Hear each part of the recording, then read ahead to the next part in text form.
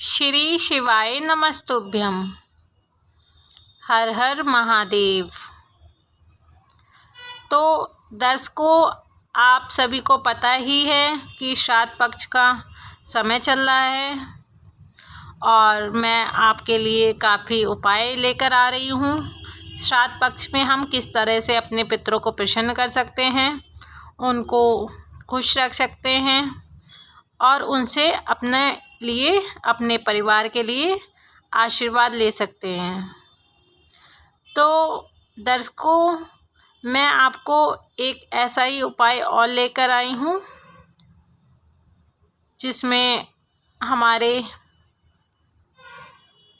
यहाँ बताया गया है, अगर आपके घर पर पितृदोष है या फिर आपके पितृ नाराज़ हैं, जिसके बहुत सारे कारण हो सकते हैं, उन चीज़ों को देखकर आप समझ सकते हैं कि आपके घर में पितृदोष है। शायद इसी वजह से इन चीज़ों में ये समस्याएं हो रही हैं। जैसे आपके घर में अशांति रहना, बात बात पे कलह होना, लड़ाई झगड़े होना, धन संपदा में तरक्की खूब होना लेकिन हाथ में रुपए नहीं रुकना, रात में अगर आप सो रहे हैं तो आपको सोते सोते भूख लग जाना,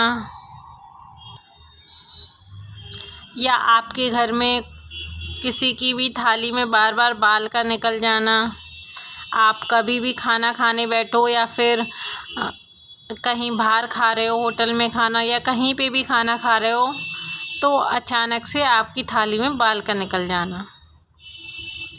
तो इन सब चीज़ों को देखकर हम बोल सकते हैं कि आपके पितृ आपसे कुछ कहना चाह रहे हैं, वो आपसे कुछ मांगना चाह रहे हैं। जिस घर में पितृदोष होता है वहाँ पे लोग खुश नहीं रहते, घर में अशांति रहती है, लोग आपस में लड़ते झगड़ते रहते हैं, व्यापार ठप हो जाता है, 4-5 दिन व्यापार ठीक चलता है फिर उसके बाद ठप हो जाता है। ये इन सभी चीज़ों का कारण कहीं ना कहीं पितृदोष होने की वजह से है। तो आप अपने घर में पितृदोष को कैसे ख़त्म कर सकते हैं और उनको कैसे खुश करके आशीर्वाद ले सकते हैं। कहा जाता है कि पितरों का आशीर्वाद बहुत अच्छा माना जाता है। हमारे पितृ अगर हमसे खुश होकर और हमें खूब सारा आशीर्वाद देकर जाते हैं तो हमारी घर में या हमारे जीवन में कभी भी दिक्कतों का सामना नहीं करना पड़ता है। शिव महापुराण की कथा में 3 वृक्ष, 3 पशु, 3 पक्षी और 3 जलचर, इनको पितृतुल्य बताया गया है।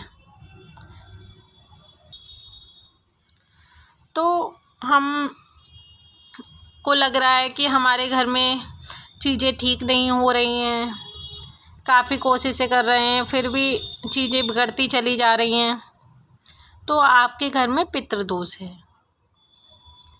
तो आप उसके लिए एक उपाय कर सकते हैं।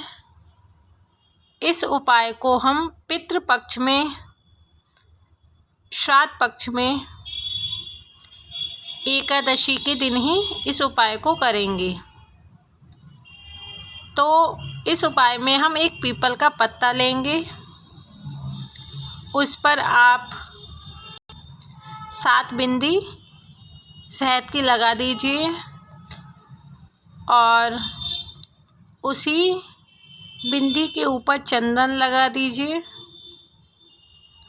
और उसमें एक 7 बार जौ के दाने लगा दीजिए, थोड़े थोड़े तिल लगा दीजिए और अक्षत यानी चावल लगा दीजिए।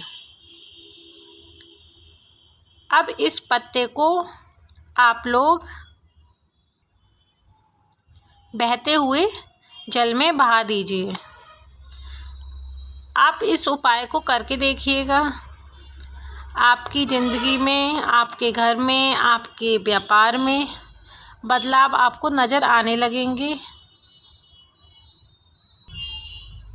तो अगर आपके घर में लग रहा है इन सब चीज़ों को देख के, तो आपके घर में अगर लग रहा है कि पितृदोष है, तो आप इन उपाय को कर सकते हैं।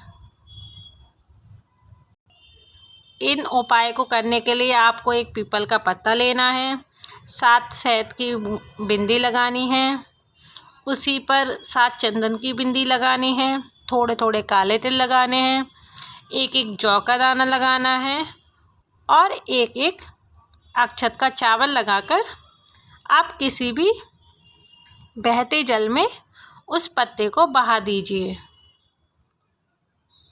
और इस उपाय को आप श्राद्ध पक्ष में एकादशी के दिन ही करिएगा, तब आपको इस उपाय का फल ज़रूर मिलेगा। आपके पितृ प्रसन्न होंगे, आपको बहुत सारा आशीर्वाद दे के जाएंगे। तो आप इस उपाय को ज़रूर करिएगा। इस पीपल के पत्ते को बहते जल में बहाकर कामना करके अपने पूर्वजों से, अपने पितरों से प्रार्थना कर कि हमारे जीवन में सुख समृद्धि लाएं, हमें बहुत सारा आशीर्वाद देकर जाएं, हमारी समस्याओं का निवारण हो, हमारा व्यापार अच्छा चले, हम लोग सुख शांति से रहें।